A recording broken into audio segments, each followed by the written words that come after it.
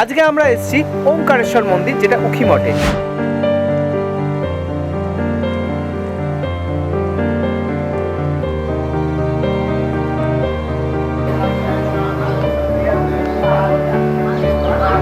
আর এই মন্দিরের পজিশনটা মানে জায়গাটা কিন্তু খুব সুন্দর। আমি জানি না বাংলায় অন্য কোনো আর এরকম এই জায়গার আর অন্য কোনো ব্লগ আছে কি না।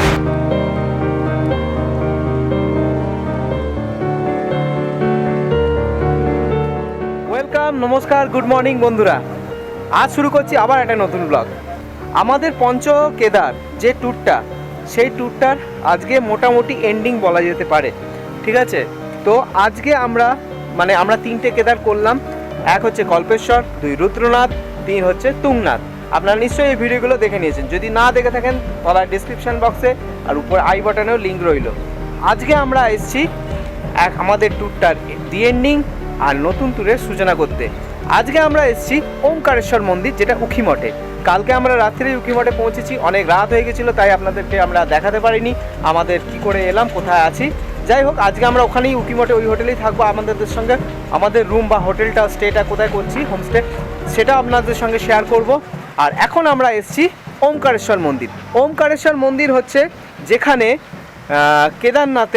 কেদারনাথ মন্দিরের ডলি আর মদমহেশ্বর দুটো কেদার, যে দুটো আমাদের বাকি আছে, তাদের ডলি শীতকালে মানে মেনলি উইন্টার টাইমে, ঠান্ডার সময় এইখানে এসে ডলিটা পুজো হয়, ঠিক আছে? মানে এখানেই পুজো পান বাবা কেদার আর মদমহেশ্বর, ঠিক আছে? তো আজকে আমরা এখান থেকে আমাদের ট্যুরের এন্ডিং আর নতুন ট্যুরের সূচনা করছি।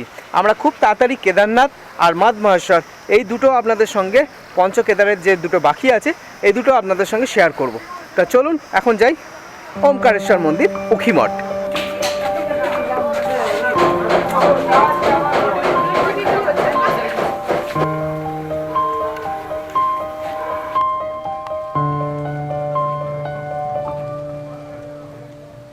এই ওমকারেশ্বর মন্দির উখিমঠ শহরের একদম কেন্দ্রবিন্দুতে অবস্থিত।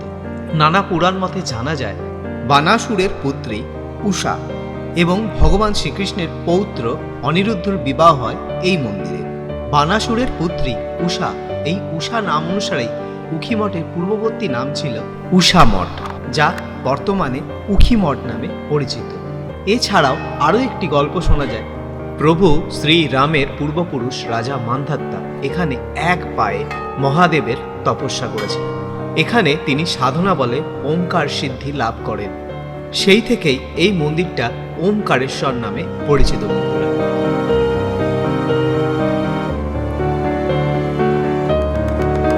যার বন্ধুরা, কেমন লাগলো আপনাদের ওমকারেশ্বর মন্দির? কমেন্ট করে অবশ্যই জানাবেন। মানে শীতকালে কিন্তু এখানেই আমাদের বাবা কেদার আর বাবা মদমহেশ্বর এখানেই থাকেন শীতকালে। তো আমরা এখন বেরিয়ে পড়েছি কালী মঠের রাস্তায়। কালী মঠ এটা একটা শক্তিপীঠ, সবাই এখানে যায়। নবরাত্রিতে বড় মেলা বসে, ঠিক আছে? এটা শক্তিপীঠের মধ্যে একটা। আর এখানে যারা সাধনা করে, শক্তি সাধনা করে, তারা এখানে বেশিরভাগ আসে। নাহলে সেরকম কেউ মানে এখানকার গ্রামের ছাড়া অন্য কেউ আসে না যারা শক্তি সাধনা। মানে এই জায়গাটা বেশি কেউ কিন্তু জানে না, বাইরের লোকরা খুব একটা জানে না, এখানকার লোকাল লোকরাই জানে, আর যারা শক্তি সাধনা করে তারা জানেন। তো ঠিক আছে, এখন যাওয়া যাক কালী মঠের রাস্তায়। এটা একটা হচ্ছে শর্টকাট রাস্তা।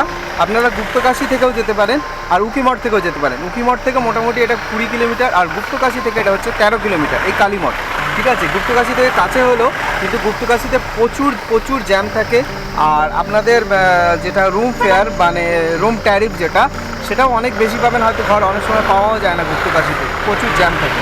তো সেই জন্য আমরা উখিমঠেই ছিলাম, আর এটাই আমাদের সেকেন্ড টার্গেট ছিল, কালীমঠ। তো আমরা এখন ওখানে যাচ্ছি।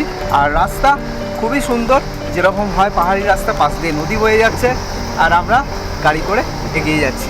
আর সামনে আমাদের বসে আছে রিক বাবু, সামনে আমাদের বসে আছে রিক বাবু। হাই কর।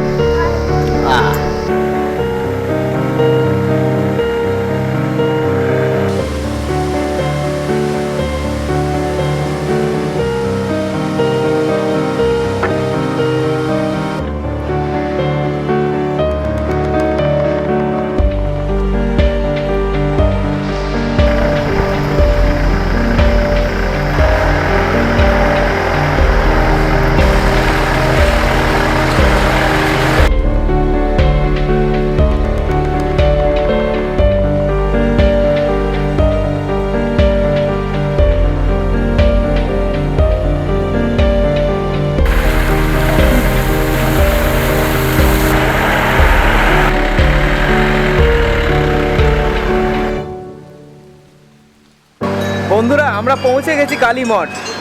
আর এখানে দেখতে পাচ্ছি প্রচুর ঘন্টা, ওই যে সব বাজাতে বাজাতে যাচ্ছে, এই দেখুন।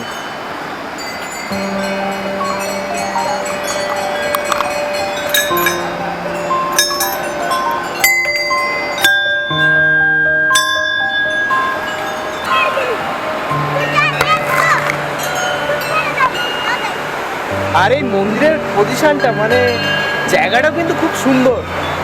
আমি জানি না বাংলায় অন্য কোনো আর এরকম এই জায়গার আর অন্য কোনো ব্লগ আছে কি না, তবে আমার বেশ এই জায়গাটা আমি কোনোদিন শুনিনি, এখানে লোকাল লোকদের মুখ থেকে শুনলাম, কিন্তু জায়গাটা সত্যি না আসলে হয়তো মিসই করতাম অনেকটা।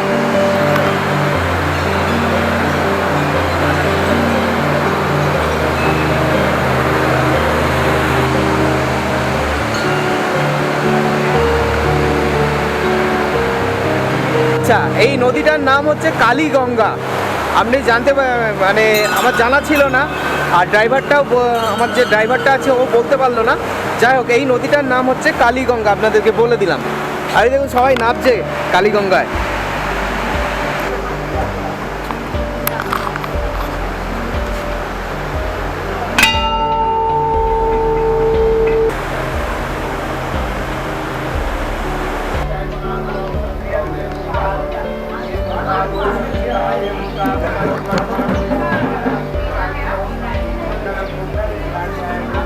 जय महाकाली।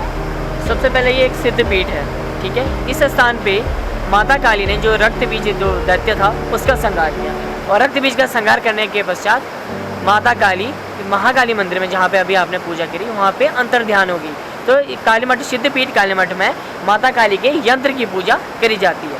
इसी स्थान पे जो सरस्वती व्रत पुत्र थे महाकवि कालिदास जी, उनको सिद्धि प्राप्त हुई थी। यहाँ पे सारे देवी देवताओं ने माता की उपासना करी और उससे प्रसन्न होकर माता ने उनको वरदान दिया, ठीक है। इसके पश्चात सारे जो देवी देवता थे उन्होंने माता काली से विनती करी थी, हे महाकाली आप क्या करें, जो रक्त बीज जो दैत्य है आप उसका संहार करें। तो रक्त बीज एक ऐसा दैत्य था कि उस समय जिसका जो आतंक था वो तीनों लोकों में विख्यात था, ठीक। उसके शरीर से अगर एक भी खून का बूंद अगर नीचे गिर जाए तो उसी के जैसे असुर प्रकट हो जाते थे। तो उसका अंत करने के लिए देवी देवताओं ने माता की उपासना करी, फिर माता काली प्रकट हुई। तत्पश्चात माता काली ने रक्त बीज का संहार किया और इसके बाद माता काली अंतर्ध्यान हो गई। तो सिद्ध पीठ में माता काली के यंत्र की पूजा करी जाती है, और ये एक ऐसा सिद्ध पीठ है जहाँ पे तीनों देवियों का पूजन होता है, माता काली, महालक्ष्मी और माँ सरस्वती जी। अच्छा, सब मंदिर सामने है जी, ये महाकाली, महालक्ष्मी, सिद्धेश्वर महादेव, माता सरस्वती, गौरी शंकर महादेव और भैरवनाथ जी।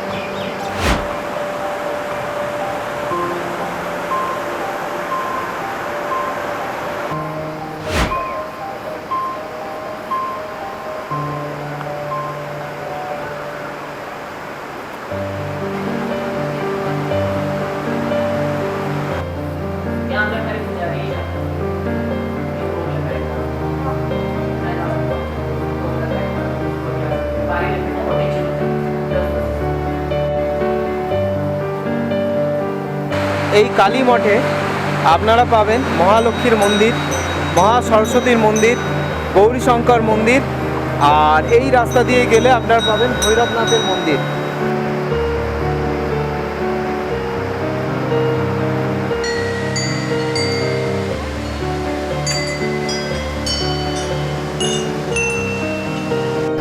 আচ্ছা, এই রাস্তাটা না বেশ মানে মাঝে মাঝে বেশ উবড় খাবড় আর মাঝে মাঝে বেশ মানে ঠিকঠাক। তো যাই হোক, আর তবে রাস্তাটা মানে এই দিককার সব রাস্তাগুলোই একই রকম, খুব সরু, খুব ন্যারো, মানে উল্টো দিক দিয়ে গাড়ি আসলেই না খুব প্রবলেম হয়ে যাচ্ছে। আর কালকে বলা হয়নি, আমরা এই গাড়িতেই এসেছিলাম চোপতা থেকে উখিমঠ, ঠিক আছে। আর এই দাদাকেই বলেছিলাম যে আমরা আজকে এরকম কালীমঠ এইগুলো যাব, পুরোটাই উনি আমাদের মানে পুরোটাই উনি আমাদের নিয়ে গেছেন। তো যাই হোক, আপনারাও যদি চান ওনার গাড়িতে আসতে বা এই গাড়িটা করতে, তাহলে আপনি ওনাদেরকে डायरेक्ट फ़ोन करते पारें। अंकित, आपका नंबर बता दीजिए तो जोर से। 9389603427 और एक बार 9389603427 3427। ঠিক আছে, তো এই নাম্বারে ফোন করে আপনারা গাড়িটা বুক করে নিতে পারবেন, আর পুরো হরিদ্বার, দেরাদুন সব জায়গা থেকে আপনাদের পিক আপ করতে পারবেন।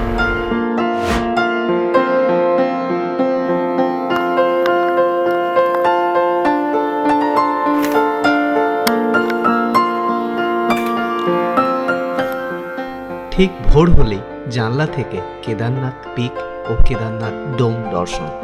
এই ভিডিওটা নেওয়া আমাদের উখিমঠের হোটেল বা হোমস্টে মোনাল হোমস্টে থেকে।